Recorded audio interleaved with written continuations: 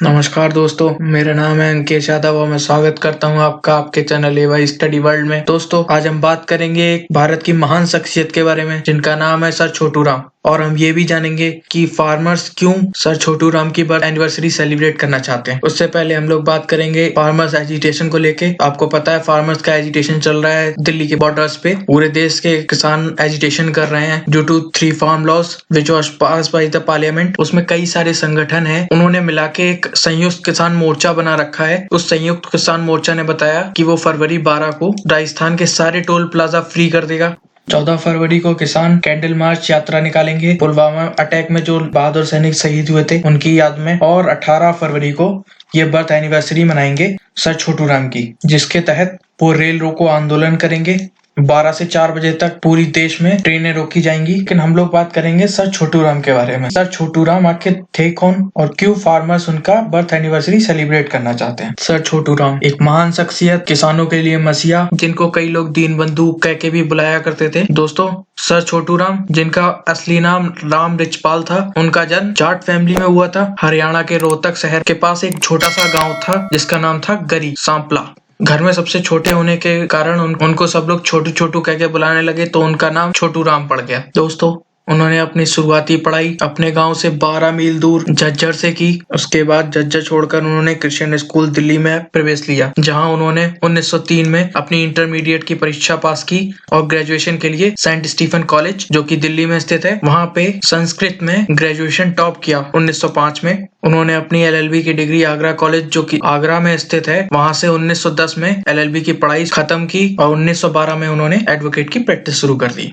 दोस्तों, उनके दादाजी राम रतन जी बहुत ही गरीब किसान थे, जिनके पास 10 एकड़ लैंड था, जहाँ पे वो खेती भी बड़ा मुश्किल से कर पाते थे, क्योंकि वो अनप्रोडक्टिव लैंड था जहाँ पे खेती भी नहीं होती थी और घर का खर्चा चलाना भी मुश्किल हो जाता था। एक दिन उनके पापा उनको अपने साथ एक साहूकार के पास ले गए कर्जा मांगने के लिए, लेकिन साहूकार ने उन्हें मना कर दिया और उनकी बेइज्जती भी की। ये देख के सर छोटू राम ने इसका विरोध करने का फैसला किया। उनका एक फेमस कोट था, इसी कोट को लेकर कई नेता आज भी आपको ये भाषण देते हुए दिखाई दे जाएंगे।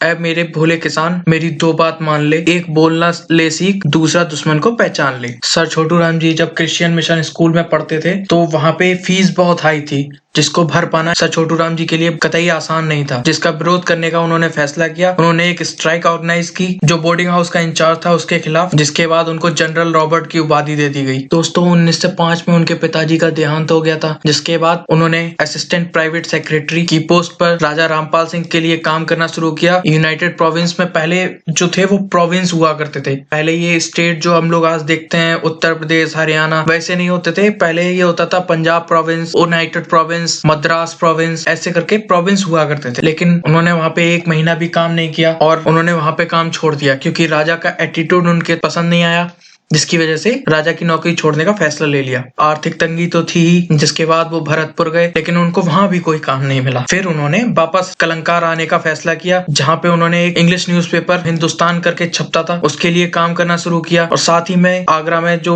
लॉ कॉलेज है वहां से उन्होंने अपनी पढ़ाई भी पूरी की। 1911 में उन्होंने अपनी डिग्री ली, जिसके बाद 1912 में उन्होंने चौधरी लालचंद के साथ लीगल प्रैक्टिस शुरू कर दी। 1912 में ही उन्होंने एक हरियाणा के रोहतक शहर में एक जाट सभा आयोजित की। 1915 में सर छोटू राम जी ने जाट गैजेट नाम का अपना एक अखबार निकाला, जिसके लिए वो खुद ही संपादक थे, खुद ही लिखते थे उस पेपर में। ये अखबार आज भी हरियाणा में चलता है और हरियाणा का ये ओल्डेस्ट न्यूज़पेपर है। 1916 में सर छोटू राम जी ने इंडियन नेशनल कांग्रेस ज्वाइन की और उनको रोहतक डिस्ट्रिक्ट कांग्रेस कमेटी का प्रेसिडेंट बना दिया गया, जहां उन्होंने 1916 से लेकर 1920 तक कांग्रेस के लिए काम किया। लेकिन उन्होंने 1920 में कांग्रेस छोड़ दी, क्योंकि वो गांधी जी के नॉन कॉर्पोरेशन मूवमेंट को वापस लेने के पक्षधर नहीं थे। उन्होंने कहा कि ये हमको वापस नहीं लेना चाहिए, असहयोग आंदोलन को अभी चल देना चाहिए। कांग्रेस से अलग होने के बाद उन्होंने एक यूनियनिस्ट पार्टी नाम की एक संगठन बनाया 1923 में, और गांव-गांव घूम के हिंदू, सिख और मुस्लिम जितने भी किसान थे उनको एक किया, और बहुत जल्द ही फजली हसन जैसे मुस्लिम लीडर उनके साथ जुड़ने लगे। 1925 में राजस्थान के पुष्कर शहर में उन्होंने ऑल इंडिया जाट महासभा आयोजित की और 1934 में राजस्थान के सीकर शहर में 10,000 जाट जो किसान थे उनकी एक रैली आयोजित की, जहां पर जनेऊ और देसी घी का दान किया गया। महर्षि दयानंद के सत्यार्थ प्रकाश के श्लोकों का उच्चारण किया गया। इस रैली से चौधरी छोटूराम भारतवर्ष की राजनीति के महत्वपूर्ण स्तंभ बन गए। गवर्नमेंट ऑफ इंडिया एक्ट 1935 के बाद पंजाब प्रोविंस में इलेक्शन होते हैं, जिसमें यूनियनिस्ट पार्टी जीतती है। यूनियनिस्ट पार्टी को मिलते हैं 99 सीटें, कांग्रेस को उस समय मिली थी 18 सीटें, एक खालसा नेशनलिस्ट करके पार्टी थी उसको मिले थे 13 सीटें और हिंदू महासभा को मिली थी 12 सीटें। इस जीत के बाद पंजाब प्रोविंस के सिकंदर हयात खान को प्राइम मिनिस्टर बनाया गया और सर छोटू राम जी को रेवेन्यू मिनिस्टर बनाया गया। रेवेन्यू मिनिस्टर रहते हुए उन्होंने कई ऐसे काम किए जिनको आज भी क्रांतिकारी कदम माने जाते हैं ये भारत के इतिहास में। उन्होंने पंजाब के लैंड रेवेन्यू एक्ट में संशोधन किया जो कि 1929 में पास किया गया था, जिसके तहत किसानों की जो 37 साल से ज्यादा गिरवी रखी जमीनें थी उनको वापस करने का आदेश दिया गया।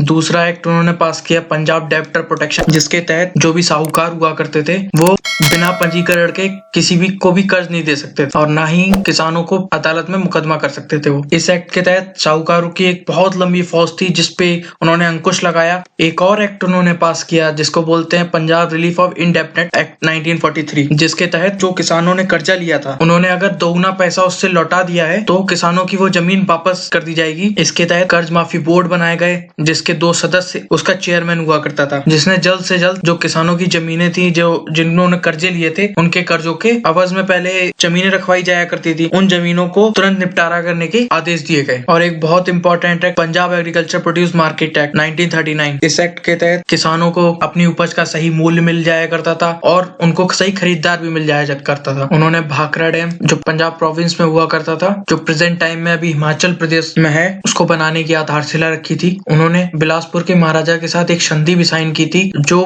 पंजाब और हरियाणा के जो किसान थे जिनको सिंचाई करने के लिए पानी नहीं मिला करता था उनको सतलज रिवर का पानी भी प्रोवाइड कराया। दोस्तों वर्ल्ड वॉर 1 में सर छोटू राम जी ने एक अलग लाइन ली थी कांग्रेस से। कांग्रेस की लाइन थी कि वो अंग्रेजी सरकार का सहयोग नहीं करेगी, लेकिन सर छोटू राम जी ने हरियाणा रीजन से वर्ल्ड वॉर 1 में अंग्रेजों की आर्मी में कई सैनिक भर्ती कराए और वर्ल्ड वॉर 2 में भी उन्होंने पंजाब से और हरियाणा से कई सैनिक जो है अंग्रेजी सेना में भर्ती कराए। उनका मानना था कि इस युद्ध के बाद भारत आजाद हो जाएगा और वो सही मायनों में आजाद होगा। दोस्तों उन्होंने पाकिस्तान के कॉन्सेप्ट का भी विरोध किया था। वो नहीं चाहते थे कि पाकिस्तान जैसी कोई चीज बने। जब उनकी पार्टी के कई लोग मुस्लिम लीग में शामिल हो गए तो उन्होंने 13 सदस्यीय मेंबर की एक टीम बनाई जो मुस्लिम्स को समझाए वहां के कि वो पाकिस्तान की डिमांड ना करें। बट अनफॉर्चुनेट 1945 में सर छोटू राम जी की लाहौर में मृत्यु हो गई। उनकी बॉडी को वापस रोहतक लेके आया गया जहां उनका अंतिम संस्कार किया गया। दोस्तों ऐसे महान शख्स की याद में भारत सरकार ने 1995 में एक डाक टिकट भी लॉन्च किया और 2 साल पहले पीएम नरेंद्र मोदी ने 64 फीट का एक स्टैचू अनवील किया